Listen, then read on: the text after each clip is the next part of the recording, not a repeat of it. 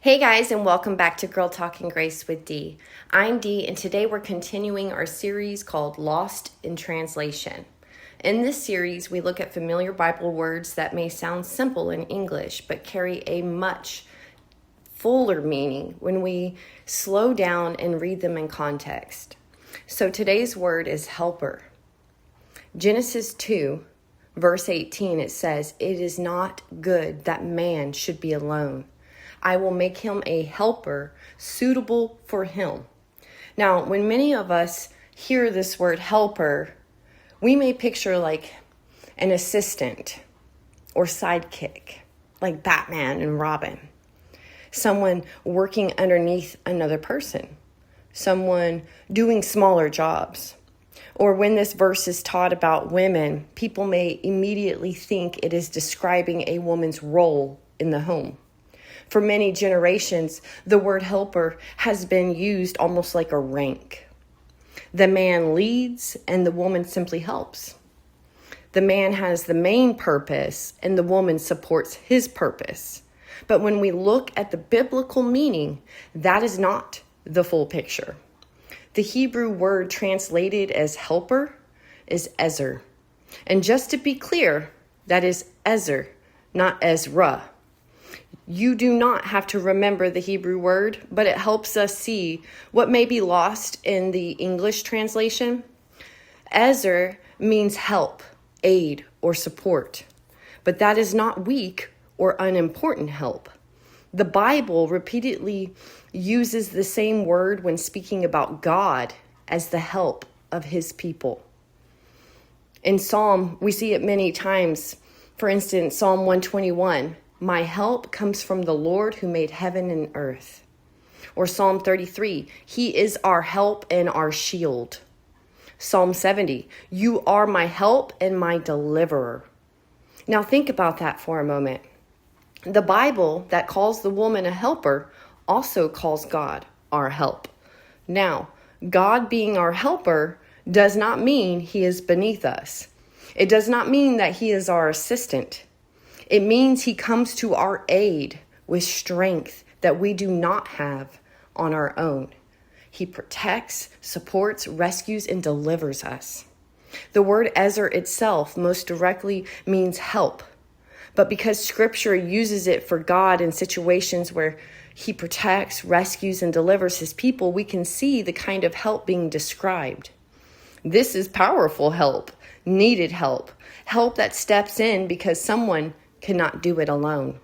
So when Eve is called an ezer, we should not picture a lesser assistant standing quietly in the background. We should picture strength brought alongside. That changes the way that we understand Genesis 2. God looked at the man alone and said, "It is not good." That is important. The man could not fulfill God's design by himself. He had work, he had responsibility, he had creation around him, but he did not have another human being who corresponded to him. And he could not provide that for himself. So woman did not enter the story as an extra. She was not an afterthought. She was God's answer to what was missing. A helper brings what the other person cannot provide alone. The verse also says that God would make a helper suitable for him.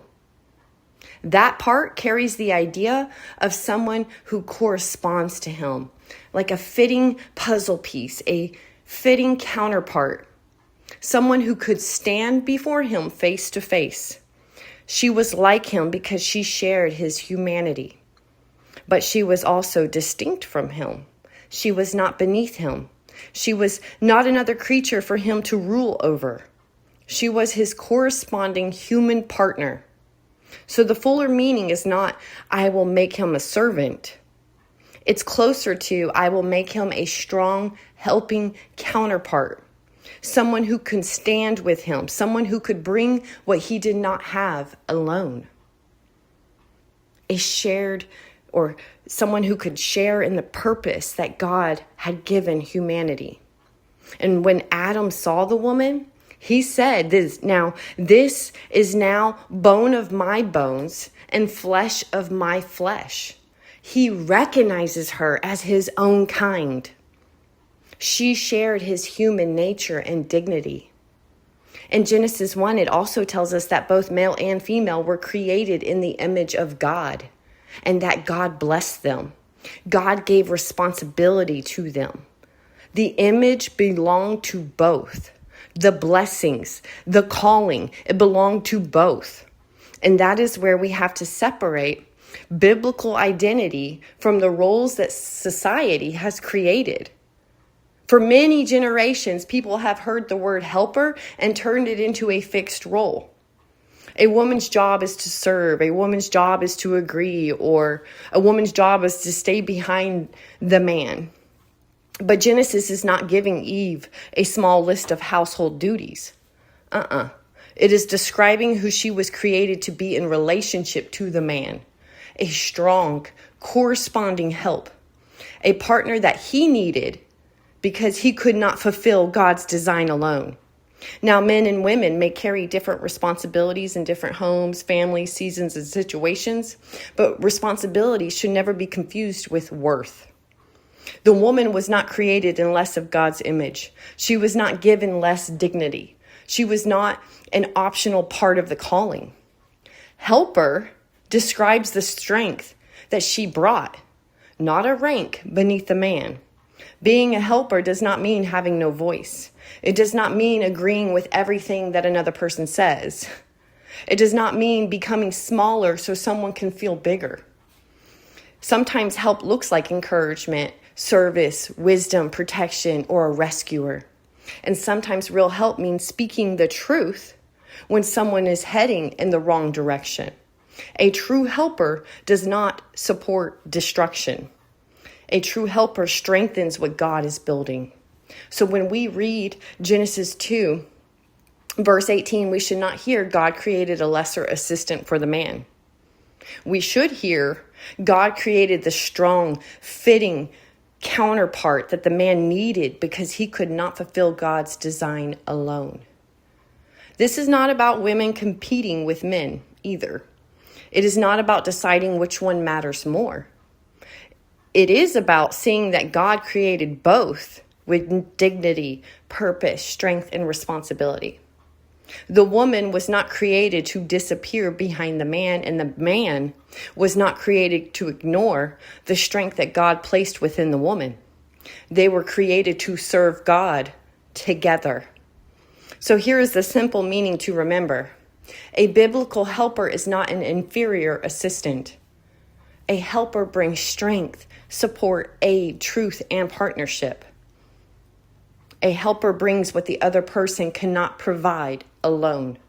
And when you see that word in Genesis, remember, the same Bible that calls woman a helper also calls God our help. So helper cannot automatically mean weak, lesser, or unimportant. And here's one question to think about. Have I allowed culture to define helper for me instead of Scripture? Thank you for joining me for the episode 2 of Lost in Translation. I'm Dee, and this is Girl Talking Grace with Dee. And remember, biblical help is not weakness. It is strength brought alongside someone for the purpose of God.